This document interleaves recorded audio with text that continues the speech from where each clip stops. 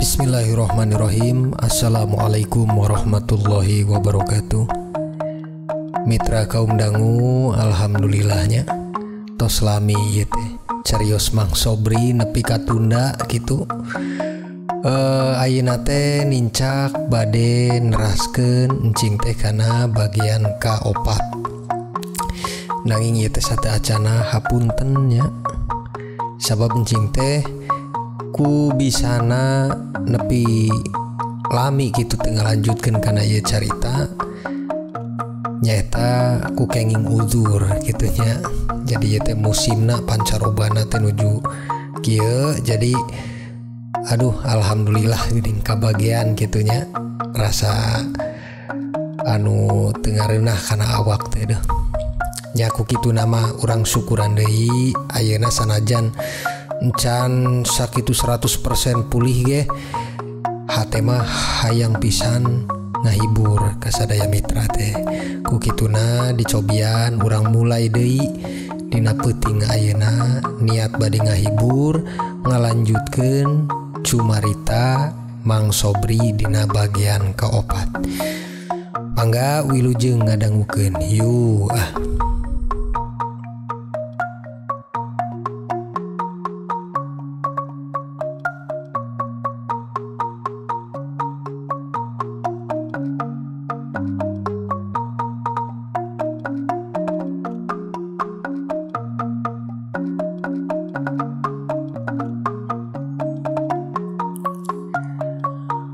Para mitra kaum dangu, taros Nyi Lastri ka Mang Sobri asa tepuguh pikir dina mangsana hujan gede, malah naroskeun pacul geuning Mang Sobri teh ka manehna.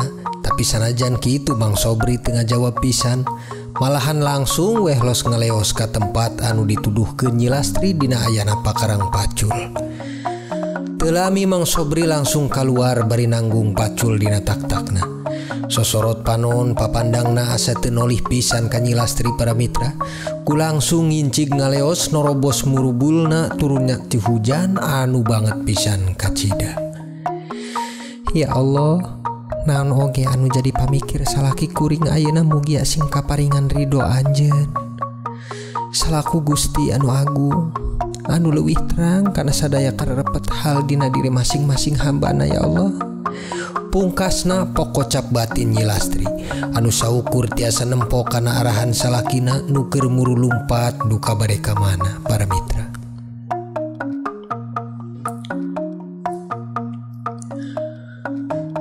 Mitra kaum dangu, baju geus kapalang baseuh, lalangkahan geus kapalang jauh sanajan kariweuh jeung kamelang tetep teu leungit dina bayangan.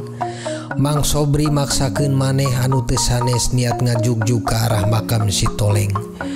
Ku bisa maksakeun kitu pedah teu sanes da Toleng teh dimakamkeun di sisi gawiran pisan di Kali Gede anu tang tos hujan anu sakieu ageungna bakal munculakeun cai anu luar biasa.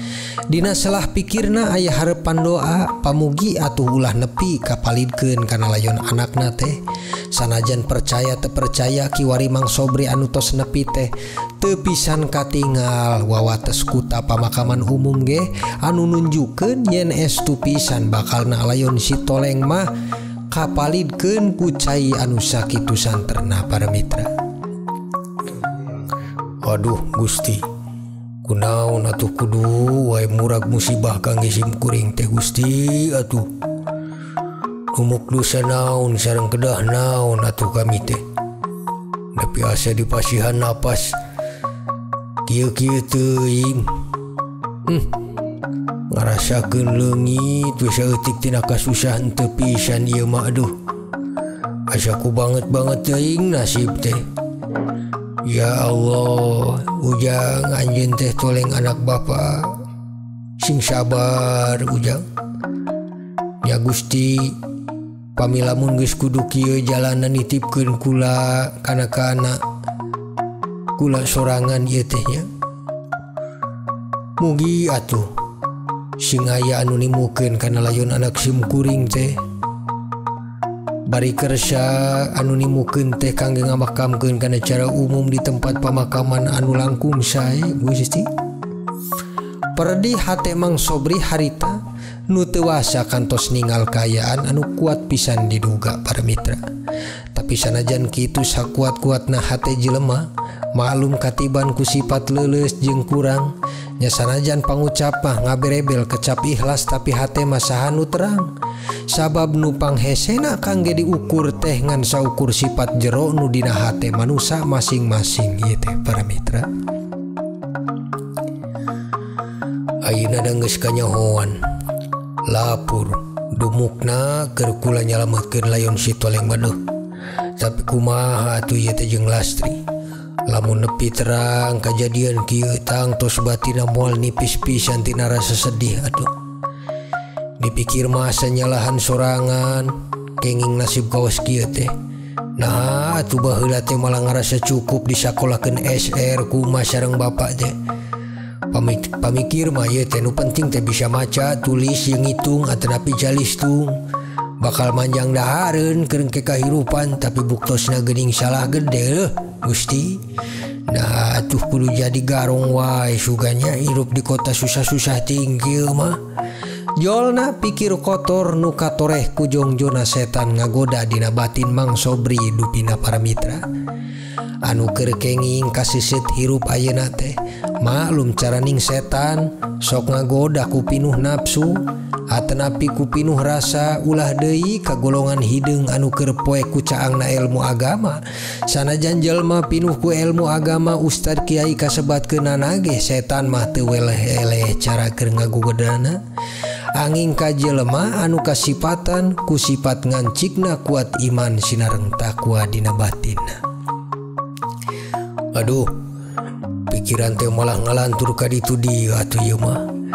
Nah ku aya jual bayang rek jadi rampok sagala ya teh alah aing mah sagala-gala wae atuh Sobri sing eling atuh maneh teh Sobri.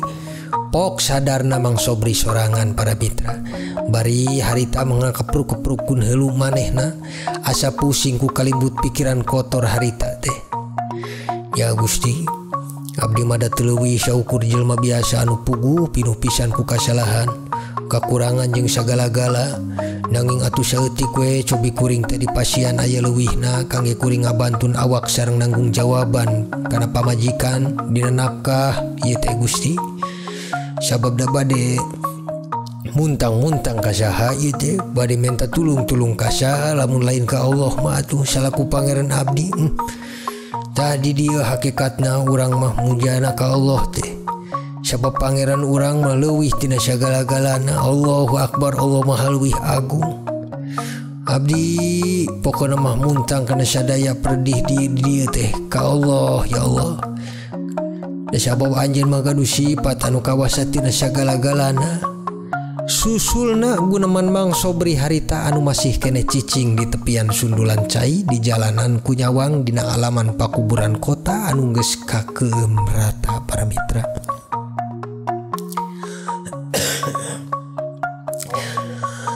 Ieu mah bari santainya para mitra sorana ge da masih kene dina mulihkeun sora ieu teh.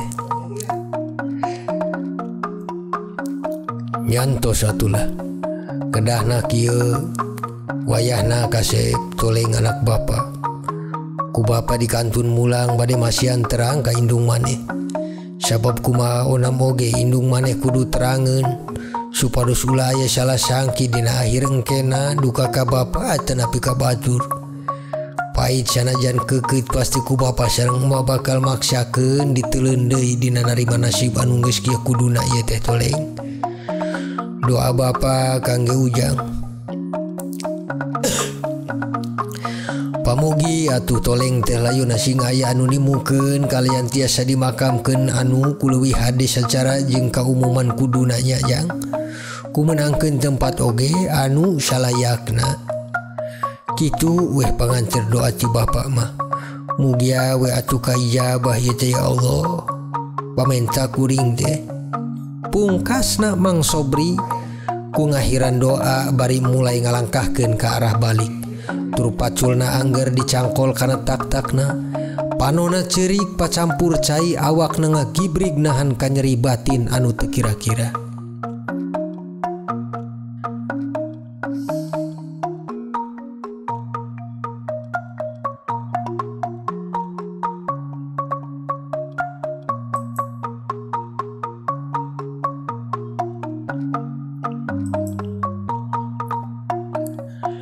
Para mitra kaum dangu, kacatur ku cara lalakon carita Mang Sobri nepi ka imahna. Nyi Lastri harita teh kantos ngajanteng we dihareupeun panto panona baluang pikir olohok cicing siga nu keur mikiran beban. Ti mana akang teh dupi ku baraseuh kitu tos ti mana akang bari mawa pacul kitu. Nyi Lastri langsung ku ngawalan naros ka Mang Sobri. Saprakna Mang Sobri datang ku murageun pacul nu rek diteundeun di sisieun saka gubukna para mitra. Akang teh tos ti makam toleng neng. Pamikira akang manawi ku enggal lulumpatan akang tiasa nyalametkeun layon toleng. Sabab kapikir ku akang da hujan teh asa teu bisa murageun caina ku bina. Nyaeta ku biasana pisan. Tangtos atuh kali teh budah weh da muragna kieu teh ku banget pisan caina teh. Sedengkeun makam toleng nyaho sorangan dan neng teh ieu teh digawiran pisan. Atuh bener weh naon anu disangkakeun teh. Lapur ku teu bisa dikumaha-kumaha makam toleng teh kapalidkeun ku basurna cai kali gede anu munclak neng. Samalah mah gawiran oge kababad kabeh ku cai. Nya kumaha deui? Dak ieu puguh kajadianana ukur sumrah we akang ka Gusti pamugi aya anu nimukeun layon toleng bari tiasa dimakamkeun ku cara anu langkung kuduna. Tembal Mang Sobri nu harita bari muka baju ku disampirkeun dina sasampiran hareup. Tur anjeunna diuk bari madepkeun ka arah jalan para mitra. Ngarenghapkeun napas anu kaharti keur saeutik miceun teu puguh rasa pikiran. Ya Allah, toleng anak emak, kieu-kieu teuing atuh nasib urang teh nya Kang. Kedah kumaha deui atuh ari geus kieu teh Kang. Ah, duka neng lah. Akang geus siap mikiran kana nasibku kabangetan ting kieu teh. Ucap tembalna Mang Sobri. Kana nyikapan kareureuf pikir Nyi Lastri dangeut kiwari para mitra. Nyi Lastri anu harita terang kabar nu tumiba kana makam anakna asa teu wasa kudu nahankeun cipanon anu keneh deui mili dina pipina. Bari ngarasakeun bangetna pisan ka nyeri hate ku narimana nasib kiwari. Nyi Lastri ukur diuk di kursi jero. Urut diukna mandor dirja basa tatamu teh. Hatena milit pikir nu teu daya, pikirna was-was nyawang ka mana-mana para mitra. Sagalana kantos karasa pisan Gusti. Tikawit kudu narima kami kana papasten hirup dugi kudu deui wae kami teh ceurik pedah ninggal makam anak simkuring. Kiwari malah makamna oge kudu dileungitkeun. Dosa naon kami teh ya Allah dupi ku asa banget pisan ka hukuman nasib anu model kieu. Lusuh Nyi Lastri ngocapkeun maneh kupok nyarita duka kasaha di jero sorangan. Mang Sobri sanajan cicing tapi cili mah tetep ngadangu naon anu dikocapkeun ku Nyi Lastri. Anjeunna tur enggal ngareret bari cengkat muru nepungan ka istrina. Katinggal pisan harita Nyi Lastri anu nuju nutupkeun maneh kana raraina. Ku dilaheunan leungeunna ditumpangkeun kana dasaran meja bari ceurik ku banget ngarasa begahna kana nampi lalakon hirup para mitra. Lastri, istri akang, tos neng, ulah keliliwihan teuing urang ge dina nungkulan kahirupan kieu. Manawi atuh da pangeran maleuwih nyaho anu pangsaena pikeun hambana teh kumaha. Cara urang mikir sok berat teuing. Malum cara tetempoan kacapanon makhluk biasa. Sabab akang yakin aya hikmah anu langkung saeng kena tina sadaya kajadian anu kantos tumiba ka papada urang ayeuna teh neng. Saur Mang Sobri nu harita ngelusan kana rambut Nyi Lastri para mitra nuju nalangsa. Sorana ngalaunkeun maneh ngarasa nyaba kana alam kasedih Nyi Lastri. Anu kocapna mah malik deui ngarasa anjeunna ge gagal ngabahagiakeun kana kaayaanana pikeun istri jeung sanakna.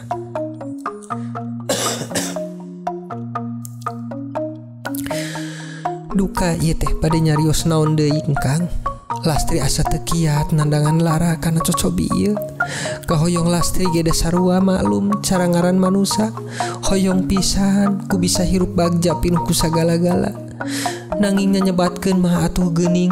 Beda jeung kanyataanna padahal mun dirarasa dosa naon da urang teh. Henteu pisan ngalampahan model dosa berat-berat teh mah tapi naha atuh kedah dipaparingan cocobi anu leuwih tina jerona sagara pisan ieu teh Kang.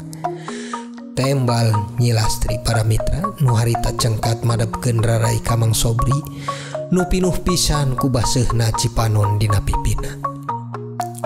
Nya kitu Neng, sok disusut heula Cipanonna. Akang limun bade nyarios tapi kedah ningal Lastri baseuh ku Cipanon kieu mah. Sabab mun Lastri sedih tangtos akang ge sedih, sok disusut heula ayeuna mah Cipanonna. Mang Sobri kunitah enteng bari keneh ngusap rambut Nyi Lastri waktos harita mah para mitra. Sumuhun Akang, hampura pami Lastri asa ngabebanan teuing kana hirup Akang. Sabab Lastri ge geus teu bisa bohong ari geus teu kuat mah. Da teu kuat Kang, teu bisa disusumput bunikeun. Kana kanyataan kieu mah atuh da kumaha deui. Tembalna Nyi Lastri anu harita bari nyusutan Cipanon ku tungtung baju anu dianggena. Sumuhun Lastri, Akang ngartos pisan. Nya tos ayeuna mah Akang gaduh rencana isukan mending urang mulang wae lah ka kampung ya Neng. Margi da di kota Akang teh tos teu gaduh pagawean deui, manawi we di kampung mah urang teh bisa nyambi neangan gawe kula-kuli ka batur nu garadu sawah jeung kebon kangge sapopoe teuing mah nyambungkeun kabutuhan kangge kahirupan urang. Mang Sobri ku cumarita negeskeun rencana nu bakal dipilampah ka hareupna saprakna narima nasib nu geus banget pinuh ku cocobi danget kiwari. Yakin Akang teh bade mulang wae ka kampung. Naon kena cek emak Kang, geus dumuk Akang teh di mata emak Akang teh salah wae. Komo deui meureun mun kabejaan ayeuna ke Akang kudu kumaha bade jawab naon kena ka emak teh Kang. Kocap Nyi Lastri ka Mang Sobri ku balueng pikir kana nitenan rencana Mang Sobri nu dipoe isuk bakal ngajak mulang ka desa para mitra.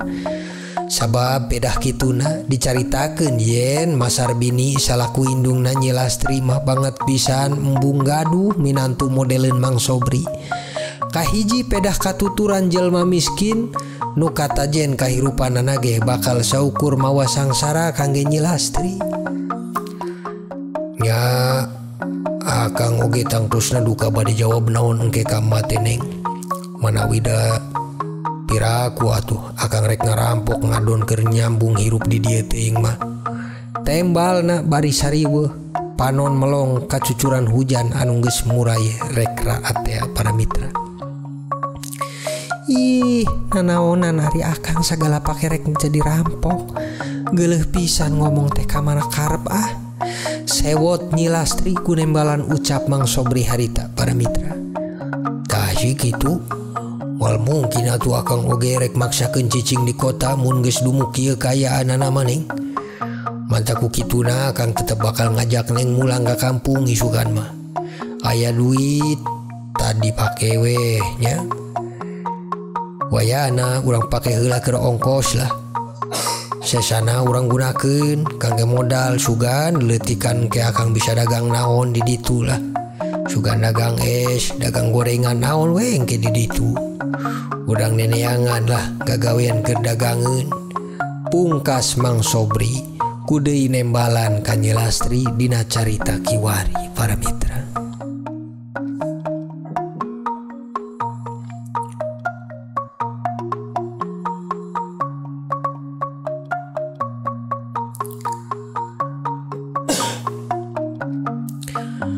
Para mitra kaum dangu, pileuleyan carita hirup jeung hirup manusia dina sonten kiwari kantos kalakonan ku kasibukan masing-masing.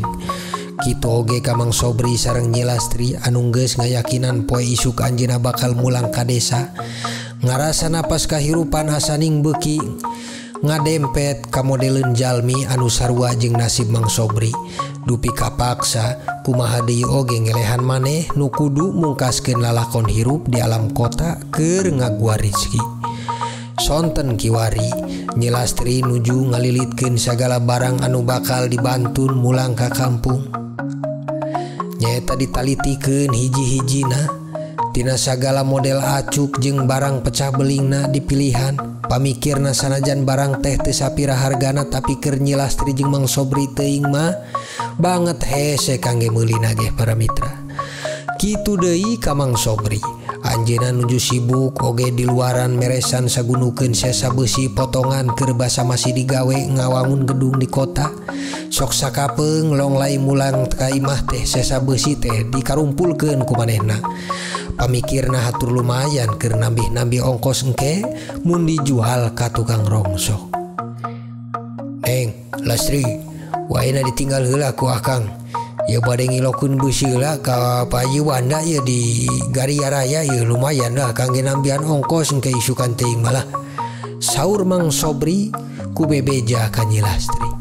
Muhun Kang, make naon mantuna Kang? Dipanggul we da teu sabaraha teuing ieu mah beratna ge Neng. Pami ku beja mah atuh malah beak ongkos saungkul engkena teh. Oh gitu, nyatuh pami gitu mah. Hati-hati Kang. Ya Neng, yang geus tinggal heula. Pungkas tembal Mang Sobri ka Nyi Lastri para mitra. Ku langsung ngangkat kana beusi anu kantos di karungan. Tur diulungkeun kana tak-takna keur dipanggul muru ngajual ka tukang rongsok. Mitra kaum dangu, Mang Sobri bari ku asa guyang gayeng dina langkahna.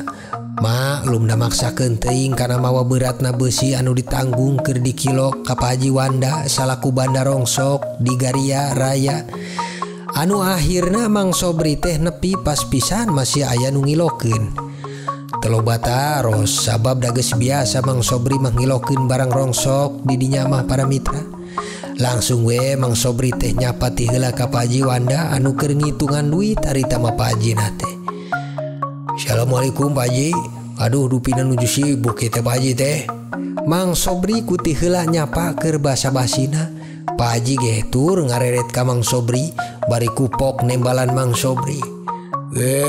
Waalaikumsalam Mang Sobri geuning. Kumaha loba geuning simbangeun ayeuna mah. Biasa mah ngan saukur bisa dicangking rupi ieu mah ku berat nanggung kitu asana teh. Atur lumayan we Pak Haji. Ieu pedah kuring bade mulang ka kampung ke poe isuk. Mantap maksakeun ngajual oge satadina mah ieu teh kangge celengan engke mun lebaran Idul Fitri. Tapi kulantaran butuh kada ongkos kapaksa we atuh kudu dijual. Bade mulang kampung Mang Sobri teh. Bade sabaraha dinten mang di kampungna. Bade lami sugan atana bisa ukur ngancerkeun kolot jajan wae sugan ieu teh. Taros Pak Haji harita teh ka Mang Sobri para mitra. Kurada kaget ngadangu pedah Mang Sobri teh iya nya ngaderek mulang kampung gitu. Ngadadak pisan gitu ngomong naterek mulang kampung. Dupina ka dieu deuna Pak Haji manawi bade usaha di kampung jadi kata iraha asana mah lila ieu teh. Bisa moal ka dieu deui ieu mah. Sabab di dieu teh kuring tos teu gaduh pagawean. Da kuring tos teu milu deui ieu teh ka Mang Dirja. Jadi daripada ribeuh di dieu komo teu pisan gaduh pagawean mendingan mulang we jadi teh ka kampung ieu teh Pak Haji. Sugan-sugan lah di kampung bisa maju ku gawe naon we engke di ditu mah. Sugan tani atau dagang atau bisa oge ngarongsok kaos Pak Haji kieu. Sugan we atuh kuring teh jadi bandar rongsokan kaos Pak Haji nya. Tembal Mang Sobri ku dipungkaskeun heureuy manehna ka Pak Haji. Aduh amin lah. Pamugi we atuh Mang Sobri terlaksana sagala tujuan nanang di kampung atuh nya Bang. Ngantong hilap. Mang Sobri ulah poho ka dieu nya mun pami Mang Sobri teh ngaliwat ka kota teuing mah mampir atuh. Pak Haji ku ngiring bagiana rasa kapuji ku Mang Sobri harita. Tur Pak Haji langsung ngadeketkeun kana daci nu kantos digantungkeun kiloan besi. Harita leungeunna muter-muterkeun beban timbanganana. Tur disidik-sidik make kaca panon keur ningal guratan angka nu nangtoskeun kana kilo beratna besi anu ditimbang para mitra. Mang Sobri, dupi geuningan ieu teh aya 25 kilo ieu salawe kilo ieu Mang ieu. Mangga sok ditinggal heula supados kasaksi ku Mang Sobri sorangan oge. Oh, mohon Pak Haji, pas salawe kilo ieu mah. Dupi sabaraha ayeuna sakilona teh Pak Haji mun beusik ieu? Taros Mang Sobri harita teh ku panasaran oge kana hargana para mitra. Ayeuna teh beusi mah rada lumayan Mang. Dupi sakilona teh nepi 2 tilu, maksa teh 2.300. Janten hasil duitna kangge Mang Sobri tina berat salawe kilo mah janten 57.500 ya Mang. Tah nyanggakeun duitna lah mah. Pak Haji kubari masihkeun artos ka Mang Sobri. Atur nuhun Pak Haji, lumayan sakieu oge dupi da tiasa nambihan ongkos kangge isuk kuring mulang ieu teh sareng Pun Bojo. Gunem lenyepna hate Mang Sobri kubari narima artos tadi ti Pak Haji para mitra. Nya sakitu wayahna Mang Sobri lah. Awasnya tong hilap ka dieu nya mampir mun ngaliwat-liwat ka kota teh.